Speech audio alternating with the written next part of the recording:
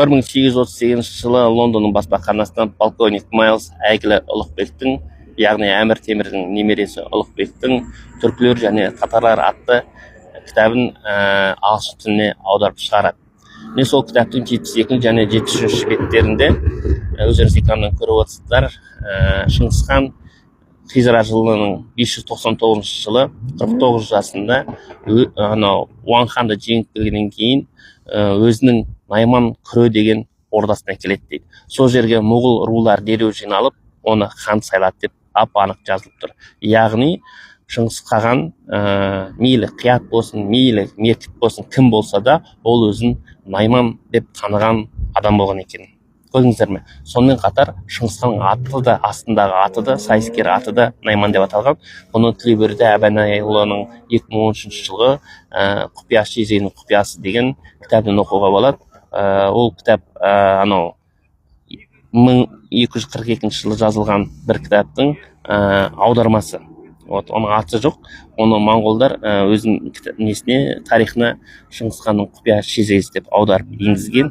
Міне сол кітапты Тілеуберді Әбенайұлы қазақша сөйлеткен. Қазақша сөйлеткен кезде қалқа монғолдар оны мүлдем бұрмалап аударғаны белгілі болды.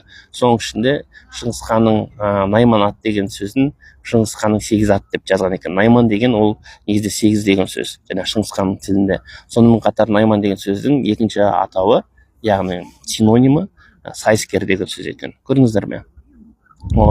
Енді міне осы кітапты, яғни Ұлықбек өзінің кітабында жаңағы ағылшынша аудармасында 208 бетінде былай жазады: Оқтай қаған алтын ханды жеңіп келгеннен кейін, яғни мәнжүрлердің ата-бабасы Жүжәндердің жаңағы алтын ханын жеңіп келгеннен кейін, ол Қарақорым деген орда тұрғызды.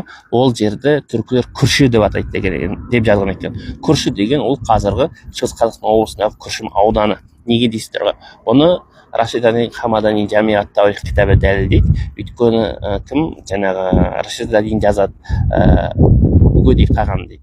Негізінде Оқтай, бірақ ол кісі өзінің тіліне келетін айтып Үгедей деп жазған болу керек. Үгедей хан Наймандардың жерінде, жазық жерде Қарақорым ордасын тұрғызды дейді. Көрдіңіздер ме? Наймандар жерінде деген ол Алтай жаңағы Күршім жері. Күршім жері арасында жазық болып келеді. Көрдіңіздер ме? Сонымен қатар жаңағы кім Рашид-ад-Дин Хамадани жазады, Наймандар Алтайды мекен етеді деп жазады. Көрдіңіздер ме? Сондықтан бұның бәрі дәлелді дерек. Бұның барлығын мен алдыңғы күні 21 минуттық видеома тәпіштеп тұрып түсіндіргем. 14 кітаппен дәлелдегім осы сөздің барлығын. Сіздер сол видеоны менің аккаунтыма кіріп көруге болады. Оның видеоның аты қазақтың 13 ғасырдағы сайыскер мемлекет деп аталады. Содан құрметті қалайық, видеоны жан-жаққа бөлісіп отырыңыздар, барша халық көрсін. Сонымен қатар қазір TikTokта лайк маңызды емес, сақтау маңызды. Сақтау алыңыздар мына видеоны. Кім көп кешіресіздер, халық бұл видеоны көп сақтаған сайын TikTok видеоны көп тарата түседі екен. Рахмет.